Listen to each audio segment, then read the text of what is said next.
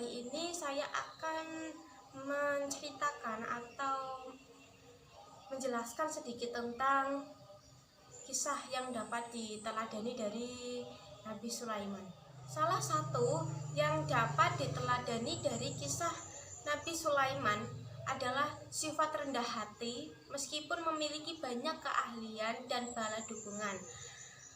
Setelah Nabi Daud alaihissalam wafat, anaknya yakni Sulaiman meneruskan kerajaan Bani Israel. Ada banyak hikmah dan pelajaran yang bisa diambil dari kisah Nabi Sulaiman yang merupakan raja segala makhluk. Dan kami karuniakan kepada Daud Sulaiman. Dia adalah sebaik-baik hamba. Sungguhnya dia amat taat kepada Tuhannya. Firman Allah Subhanahu wa taala dalam Al-Qur'an surat Shad ayat 30. Nabi Sulaiman alaihissalam adalah satu dari 25 nabi dan rasul yang wajib diimani. Allah mengutus Nabi Sulaiman untuk memperbaiki akhlak Bani Israel. Sulaiman berdakwah berdasarkan Taurat, kitab yang diturunkan kepada Nabi Daud. Selain menjadi nabi, Allah Subhanahu wa taala juga menganugerahkan kerajaan yang besar yang pernah ada di dunia untuk Sulaiman. Dia menjadi raja untuk segala makhluk. Tak hanya manusia, Sulaiman merajai binatang serta makhluk gaib seperti jin dan setan. Allah Subhanahu wa taala menjadikan jin dan setan tunduk pada Nabi Sulaiman.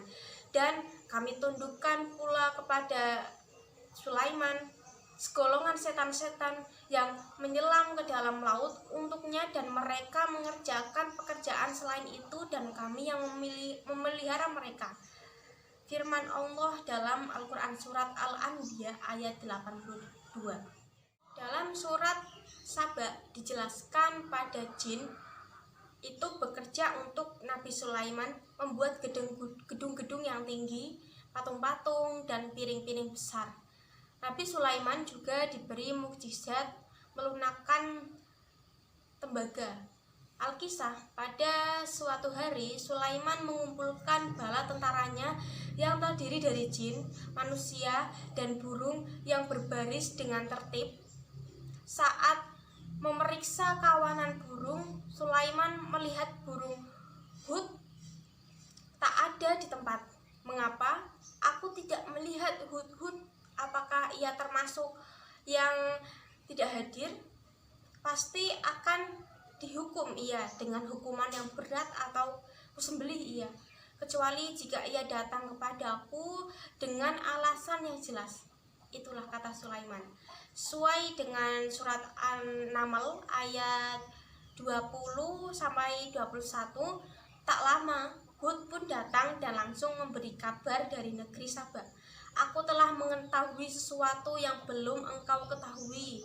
Aku datang kepadamu dari negeri Sabah membawa suatu berita yang meyakinkan, kata Hud-Hud. Hud-Hud memberi tahu bahwa dia menjumpai seorang perempuan dengan singgasana yang besar. Perempuan itu adalah Ratu Balqis. Hud-Hud menyebut Ratu Balqis dan pengikutnya adalah penyembah matahari. Sulaiman tak langsung percaya dengan berita yang disampaikan burung hud-hud itu. Akan kami lihat, apa kamu benar atau termasuk berdusta? Sulaiman lalu memerintahkan Hud-Hud untuk membawa sebuah surat ke negeri Sabah. Saat mendapati surat itu, Ratu Balqis tampak terkejut dan kebingungan. Dengan nama Allah yang Maha Pengasih, Maha Penyayang, janganlah engkau berlaku sombong terhadapku dan datanglah kepadaku sebagai orang-orang yang berserah diri. Tulis Sulaiman dari surat itu. Balqis selalu mengutus anak buahnya untuk mengirimkan hadiah berupa harta benda yang berlimpah untuk Nabi Sulaiman. Nabi Sulaiman menolak hadiah itu dan mengancam bakal berperang melawan kerajaan Ratu Balqis. Kemudian beliau berkata, apa yang Allah berikan kepadaku lebih baik daripada apa yang Allah berikan kepadamu. Tapi kamu merasa bangga dengan hadiahmu, kembalikan kepada mereka. Sungguh, kami pasti akan mendatangi mereka dengan bala tentara yang mereka tidak mampu melawannya, dan kami usir mereka dari negeri ini secara terhina, dan mereka akan menjadi tawanan yang hina dina, kata Sulaiman. Sulaiman lalu menanyakan kepada bala tentaranya siapa yang sanggup membawa singgasana Ratu Balkis ke hadapannya sebelum mereka datang menyerahkan diri. Ifrit dari golongan jin berkata bahwa ia sanggup membawa singgasana itu sebelum Nabi Sulaiman bangkit berdiri dari tempat duduknya. Seorang yang lain berkata bahwa dia sanggup membawa singgasana itu sebelum Nabi Sulaiman sempat mengedipkan mata. Seketika singgasana Ratu Balkis terlihat di hadapan Nabi Sulaiman. Balkis pun tiba di kerajaan Nabi Sulaiman. Balkis kagum dengan kemewahan kerajaan Sulaiman. Saat diminta masuk ke dalam istana, Balkis menyingkapkan pakaiannya karena mengira sedang melewati kolam air yang besar. Sungguhnya ini hanyalah lantai istana yang dilapisi kaca, kata Sulaiman. Balkis itu berserah diri kepada Allah Subhanahu wa Ta'ala. Ya Tuhanku, sungguh aku telah berbuat zalim terhadap diriku.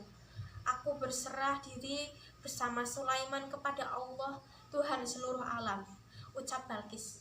Tunduknya Ratu Balkis membuat kerajaan Nabi Sulaiman semakin luas.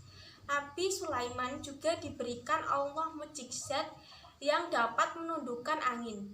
Dengan angin itu, Nabi Sulaiman bisa melakukan perjalanan dengan cepat.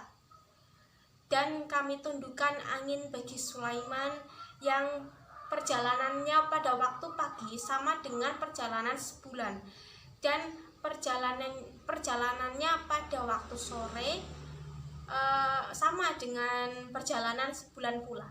Surat Saba ayat 12. Nabi Sulaiman lalu wafat di usia 66 tahun. Nabi Sulaiman meninggal dengan cara yang berbeda dibandingkan manusia lainnya. Nabi Sulaiman meninggal saat duduk di atas kursi. Kematiannya baru diketahui setelah tongkat milik Nabi Sulaiman dimakan oleh rayap. Maka ketika kami telah menetapkan kematian atasnya, yaitu Sulaiman, tidak ada yang menunjukkan kepada mereka kematiannya itu kecuali rayap yang makan tongkatnya. Maka ketika dia telah tersungkur, taulah jin itu bahwa sekiranya mereka mengetahui yang gaib tentu mereka tidak tetap dalam siksa yang menghinakan. Firman Allah dalam surat Saba ayat 13. Kisah Nabi Sulaiman terdapat sejumlah pelajaran yang dapat kita petik. Nabi Sulaiman selalu memperhatikan kehadiran dan kerja bala tentaranya. Dia mampu mengatur dengan baik. Saat burung hudhud tak ada, Nabi Sulaiman pun bersikap bijak dengan tidak langsung menghukumnya. Namun, Nabi Sulaiman mendengarkan alasan burung hudhud terlebih dahulu. Nabi Sulaiman juga tidak pernah menyombongkan diri walaupun memiliki banyak keahlian dan memimpin banyak pasukan. Nabi Sulaiman juga menunjukkan kebijakannya saat menyadarkan Ratu Balkis. Mungkin cukup sekian cerita dari saya yang saya bisa. Mohon maaf apabila ada kesalahan. Wassalamualaikum warahmatullahi wabarakatuh.